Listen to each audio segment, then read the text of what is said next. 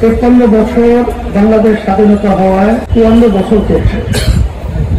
যে পদ্ধতিতে জাতীয় নির্বাচন হয়েছে আমাদের সকলের কাছে দিনের মতো পরিষ্কার।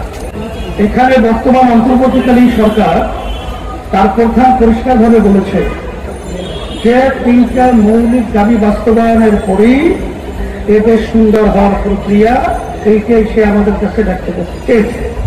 এর ভিতরে একটা হলো সংস্কার এবং ভূমি টাকা পাচারকারীদের দৃশ্যমান বিচার, আর এরপরে হলো জাতীয় নির্বাচন। আমি অন্তর্বর্তীকালীন সরকারকে বলবো, আপনি বলেছেন এটার পরেই জাতীয় নির্বাচন, কিন্তু সংস্কার কি হয়েছে? আচ্ছা, দৃশ্যমান বিচার হয়েছে?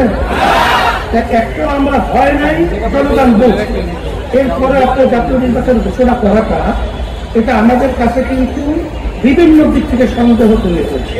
নিশ্চয়ই আপনার উপরে কোন ধরনের, সেটা আমরা বলবো অশুভ এবং গোপন জিন সওয়ার হচ্ছে।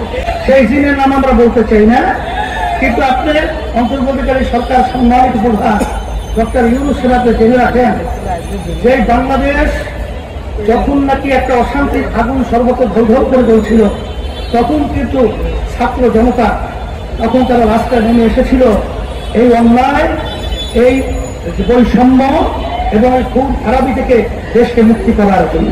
যদি কোনো অশুভ চক্র এবং কোনো জিন সওয়ার হয়ে আপনাকে চাপ প্রয়োগের মাধ্যমে এই ধরনের ঘোষণা দেওয়া থাকে, আমরা পরিষ্কার বলছি যে আমরা কিন্তু বাংলাদেশের মানুষ, আমরা ছাত্র জনতা, আমরা কিন্তু রাজপথ ছাড়ি নাই।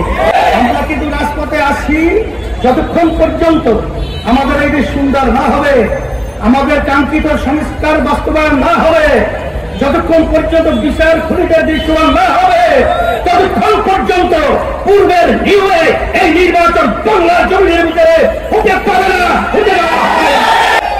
আপনারা জানেন যে বাংলাদেশে 53 বছর যে পদ্ধতিতে নির্বাচন হয়েছে, এই নির্বাচন পদ্ধতি সংস্কার হল প্রধান সংস্কারের মূল। এই সংস্কারটাই হল 91 দেশের মতো, যেখানে পিয়ার পদ্ধতি নির্বাচনের মাধ্যমে সেই দেশ রাজনৈতিক অশান্তি, অরাজকতা, খুন খারাপি অনেকাংশে সুন্দর পরিবেশ তৈরি হয়েছে। আমরা দাবি করেছি যে এই পিয়ার পদ্ধতি নির্বাচনের মাধ্যমে এই দেশ সুন্দর হওয়া সম্ভব। পেশি শক্তি এবং কালো টাকার গৌরত্ব এবং বিভিন্ন পর্যায়ে যে গুন্ডাদের তাণ্ডব, এটা বন্ধ হওয়ার একমাত্র পদ্ধতি হল পিয়ার পদ্ধতি নির্বাচন। দেখেছেন যে আজকে সুজন নামক একটা সংস্থা, তারা সাধারণ মানুষ বাংলাদেশের তাদের কাছে জরিপ করেছে, সেই জরিপের ভিতরে 71% মানুষ তারা পিয়ার পদ্ধতিতে নির্বাচন চায়। এখন কি আপনি বুঝেন না যে আপনাদেরকে আরো সুন্দরভাবে নিতে হবে? আমরা পরিষ্কার বলছি, এখন কিন্তু সর্বশ্রেণীর মানুষ, সাংবাদিক এবং সর্বমহলে সকলের দাবি হল পিয়ার পদ্ধতি নির্বাচন বাংলাদেশে অনুষ্ঠিত হতে হবে এবং সংস্কার দৃশ্যমান হতে হবে এবং জুলাই সনদ আইনিটার স্বীকৃতি দিতে হবে।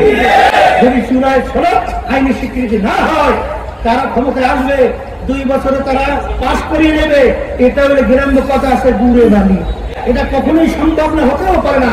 এটা নির্বাচনের আগেই এটা হতে হবে এবং জুলাই সনদ আইনি স্বীকৃতি দিতে হবে। এই লক্ষ্যে আপনাদের সকলকে উদাত্ত আহ্বান জানাচ্ছি, আসবেন। এই টেন্ডারবাজি, চাঁদাবাজি এবং এই খুনি এবং এই বাংলাদেশ অশান্তি যারা করে, এবং এক কথায় বলবো, বিদেশের যে আধিপত্য